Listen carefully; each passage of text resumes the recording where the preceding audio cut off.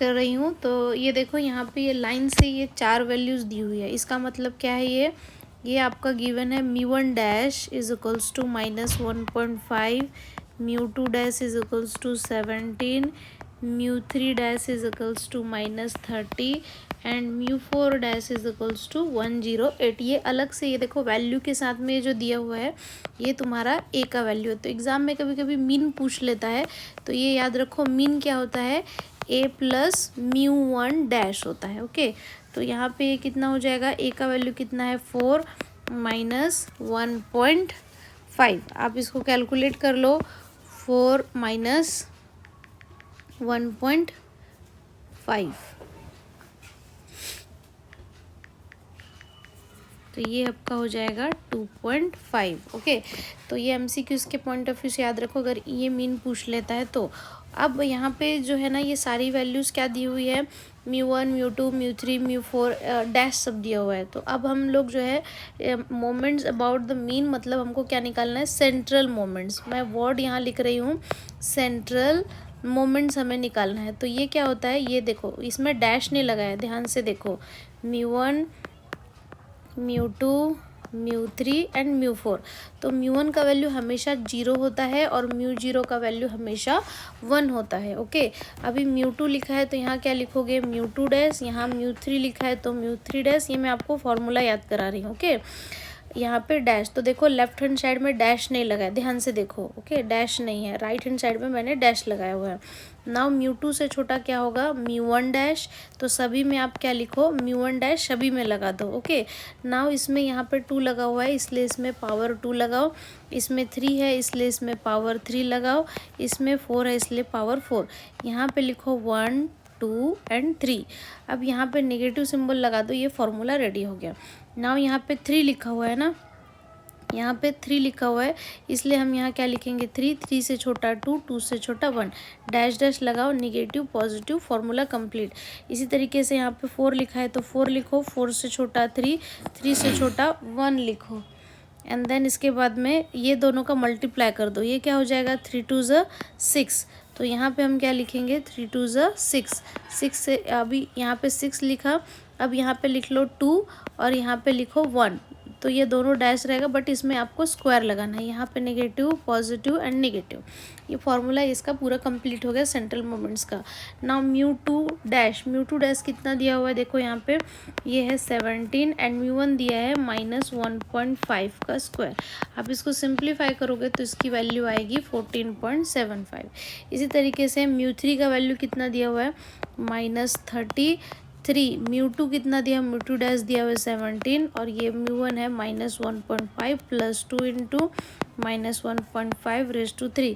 जब आप इसको सिंप्लीफाई करोगे तो इसकी वैल्यू आएगी 39.75। ओके, इसी तरीके से μ4 डैश का वैल्यू दिया 108 एंड μ3 डैश है -30 -1.5। कैल्सी पे भी आप इसी तरीके से वैल्यू सब्स्टिट्यूट करो, आपको वैल्यू मिल जाएगी। Okay, -1.5 square 3 -1.5⁻4।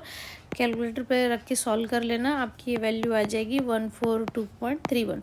तो एग्जामिनर इतना ही पूछ सकता है। एक चीज़ यहाँ पे रिमाइंडर कराने वाला है कि ये μ2 दिया हुआ है, तो ये जो μ2 है इसको हम क्या बोलते हैं, वेरिएंस बोलते हैं। ओके, इसको हम क्या बोलते हैं, वेरिएंस। तो अगर एग्जाम में पूछे स्टैंडर्ड डेविएशन तो आपको क्या करना है, ये जो μ2 दिया हुआ है उसका ओवर रूट निकाल देना। मतलब ये 14.75, इसका आप ओवर रूट निकाल दो तो आपका क्या निकल जाएगा, स्टैंडर्ड डेविएशन निकल जाएगा। तो ये एमसीक्यूज़ के लिए भी इम्पॉर्टेंट है एंड यहाँ पे बीच में मैंने आपको एडिशन बता दिया है। तो एग्ज़ाम में आपको सिर्फ यहाँ तक पूछ सकता है। ओके, और अगर उसको दूसरे तरीके से पूछना रहेगा तो आपको ये जो μ1, ये जो μ2 μ3 μ4 है इसकी वैल्यू आपको गिवन रहेगी एंड देन आपको क्या कैलकुलेट करना पड़ेगा एग्ज़ाम में, β1 एंड β2। तो β1 को हम क्या बोलते हैं, स्क्यूनेस बोलते हैं। ओके, तो यहाँ पे 1 लिखा है ना, तो आप देखो यहाँ पे लिखो 2 और 3 और इसको उल्टा कर दो तो ये क्या हो जाएगा 32। इस तरीके से आप फॉर्मूला याद कर सकते हो, 1 2 3।